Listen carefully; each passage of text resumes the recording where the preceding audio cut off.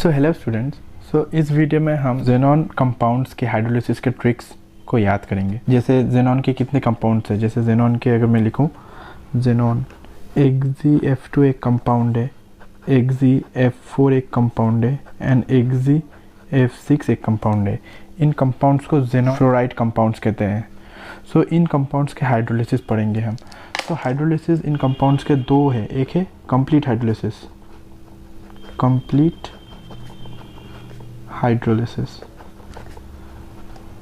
जो हमें सारे कंपाउंड के कंप्लीट हाइड्रोलिसिस करना है, और एक सेकेंड है जो है partial hydrolysis. Hydrolysis basically means addition of water, ठीक है। तो जो पार्शियल हाइड्रोलिसिस होगा उसमें हम जो अमाउंट ऑफ वाटर है उसको लिमिट करेंगे और तब देखेंगे क्या प्रोडक्ट्स बनेंगे। पार्शियल हाइड्रोलिसिस, और ये भी सिर्फ पार्शियल हाइड्रोलिसिस ऑफ XeF6, मतलब XeF6 इस कंपाउंड के लिए हमें ये पार्शियल हाइड्रोलिसिस करना है, और जो हमारा बाकी तीनों कंपाउंड्स है इसके लिए हम सिर्फ कंप्लीट हाइड्रोलिसिस देखेंगे, ठीक है। तो इस ट्रिक को समझने के लिए पहले कुछ चीज़ें हैं जो मैं आपको दिखा देना चाहता हूँ। जैसे ये XeF2 कंपाउंड है, इसमें ज़ेनॉन का ऑक्सीडेशन स्टेट है +2।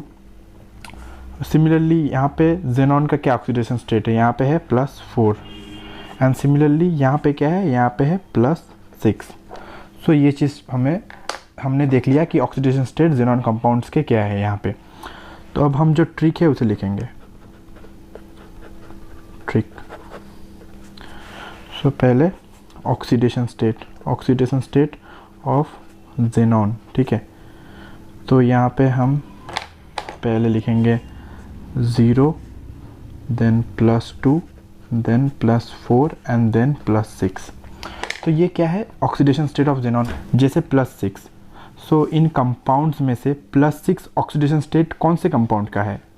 दिस XeF6, ये कंपाउंड का जो ऑक्सीडेशन स्टेट है दैट इज़ +6।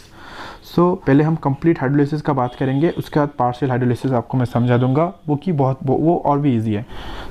ये मैं कंप्लीट हाइड्रोलिसिस का बता रहा हूँ, सब कंपाउंड्स का यहीं पे आ जाएगा।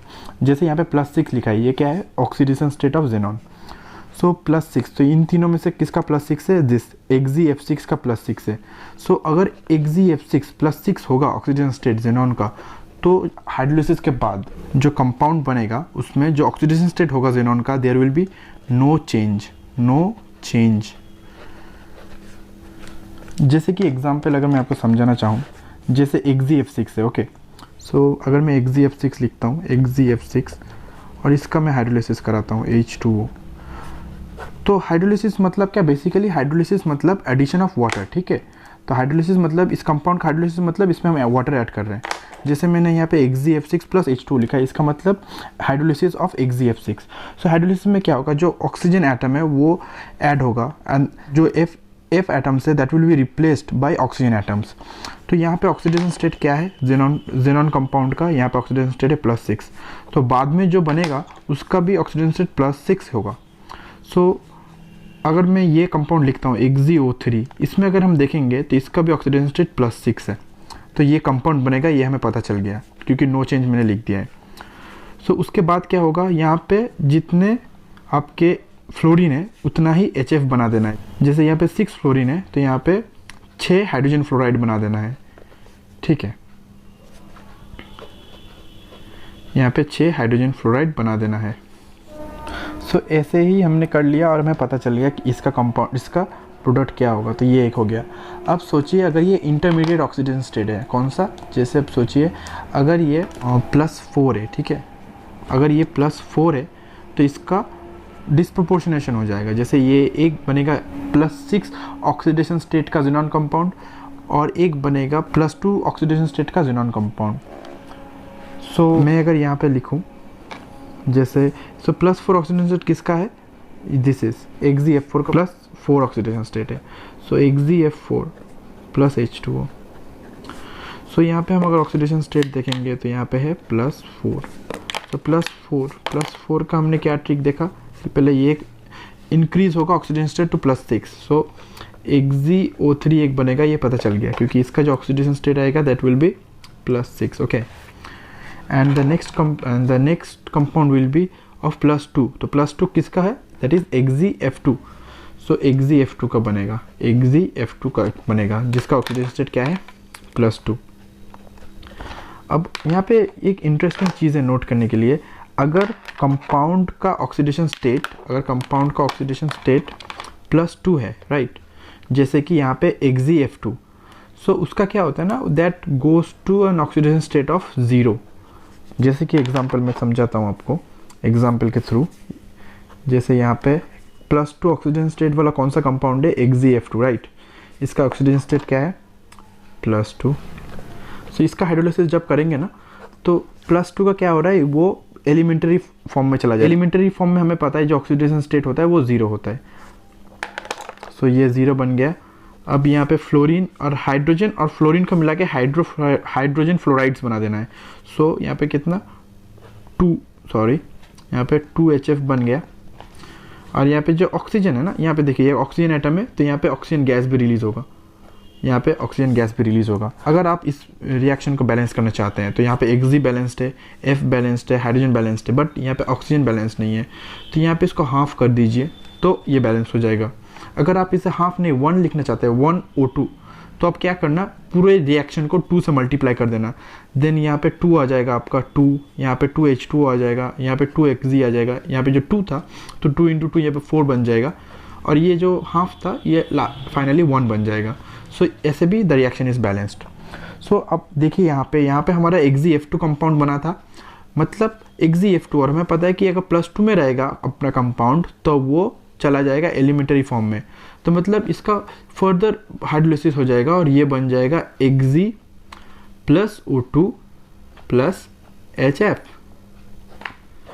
मतलब कि अगर ये रिएक्शन को मैं लिखूं एग्जाम में, एक्चुअली आपको यही लिखना पड़ेगा जो मैं अभी लिखूंगा for this Ag(F4) compound. So Ag(F4) compound और उसका हो रहा है क्या, हाइड्रोलिसिस। सो पहले तो हमें पता है कि 4 है ना ऑक्सीडेशन स्टेट, तो ये चला जाएगा +6 में, तो +6 कौन सा, AgO3, ओके।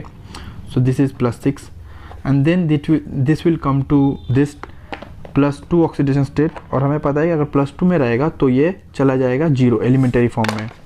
सो यहाँ पे O2 Ag बनेगा ऑल्सो, या O2 बनेगा एंड देन HF। अब रिएक्शन बैलेंस कर लेना, जैसे मैंने यहाँ पे दिखाया ये भी रिएक्शन वैसे बैलेंस कर लेना, okay. So this is how you will going to remember this hydrolysis trick. So what is our trick? So this is the trick.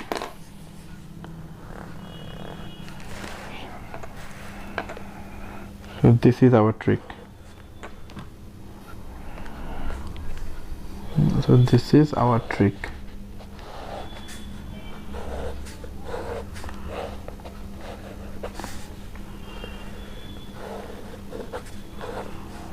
So this is our trick. तो मैं और एक बार आपको रिवाइज करा देता हूँ। हम यहाँ पे हमने क्या सीखा अभी, हाइड्रोलिसिस ऑफ ज़ेनॉन कंपाउंड्स का कैसे याद करना है। तो क्या ट्रिक क्या है, पहले आपको ये ट्रिक लिख लेना है या फिर दिमाग में आपका ये सेट कर लेना है। और हमें जो हाइड्रोलिसिस दिया रहेगा ना एग्जाम में, तो इन तीनों का ही पूछा जाता है, Ag(F2), Ag(F4) एंड Ag(F6). अभी मैं कंप्लीट हाइड्रोलिसिस का बात कर रहा हूँ। सो अगर कंपाउंड का ऑक्सीडेशन स्टेट +6 है, जैसे कि यहाँ पे Ag(F6) है, सो उसका नो चेंज, यहाँ पे मैंने लिखा है नो चेंज। अगर ये +6 है तो that will be no change, okay. आप देख सकते हैं यहाँ पे कोई चेंज नहीं है in the oxygen state of the जो कंपाउंड बनेगा उसमें कोई चेंज नहीं रहेगा। तो हम उतना ऑक्सीजन स्टेट का ही कंपाउंड बनाना है। So that is AgO3। और AgO3 में देखिए कि आपका ये ऑक्सीजन स्टेट +6 है, एंड जो फ्लोरीन है ना, जितना भी फ्लोरीन रहेगा उतना हाइड्रोजन फ्लोराइड बना देना है आपको, ठीक है। कंप्लीट हाइड्रोलिसिस मतलब यहाँ पे आपका वाटर का स्कैरसिटी नहीं है, जितना फ्लोरीन रहेगा उतना का ही हाइड्रोजन फ्लोराइड बन जाएगा, ठीक है, जितना फ्लोरीन एटम रहेगा। तो अगर प्लस है, अगर +4 रहेगा, अगर +2 रहेगा, +2 बता देता हूँ, अगर +2 रहेगा तो ये एलिमेंटरी फॉर्म में चला जाएगा ज़ेनॉन, और जो ऑक्सीजन है वो रिलीज हो जाएगा एज ऑक्सीजन गैस, एंड जो फ्लोरीन है that will react with hydrogen and form hydrogen fluoride. जैसे आप यहाँ पे देख सकते हैं, यहाँ पे ये ज़ेनॉन Ag(F2) था जो वाटर के साथ हमने गिराया, तो वो चला गया एलिमेंटरी फॉर्म में Ag, देन बन गया HF, and then oxygen gas is also released. अब अगर +4 में कंपाउंड है, जैसे कि यहाँ पे Ag(F4) है, सो Ag(F4) जो अगर +4 में रहेगा तो क्या होगा, दैट विल, एक तो चला जाएगा +6 ऑक्सीडेशन स्टेट का कंपाउंड में, और एक बनेगा +2। और हमें पता है अगर +2 का कंपाउंड बनेगा तो वो फिर से चला जाता है एलिमेंटरी फॉर्म में। तो आप यहाँ पे देख सकते हैं अगर Ag(F4) है, Xgf4 है, ठीक है, Xgf4 है और आपका H2 है। ये H2 ना मैंने यहाँ पे बैलेंस नहीं किया है, आप बैलेंस कर लेना, ठीक है, जैसे करके बैलेंस होगा आप बैलेंस कर लेना, क्योंकि ये कंप्लीट हाइड्रोलिसिस है, यहाँ पे आपका कोई स्कैरसिटी नहीं है वाटर का। तो ये Xgf4 में पहले तो एक +6 का वाला कंपाउंड जो है Xgf3, उसके बाद बन गया एक 0 ऑक्सीडेशन स्टेट का कंपाउंड जो है 2, क्योंकि ये 2 बनेगा फिर से ये 0 में चला जाएगा, तो ये 2 ऑक्सीजन गैस रिलीज हुआ और यहाँ पे HF आपको अगर दिख रहा है यहाँ पे है HF, ओके। सो अब हम जो partial hydrolysis of Xgf6 compound है उसका करेंगे। So partial hydrolysis of Xgf6, okay, इस कंपाउंड का।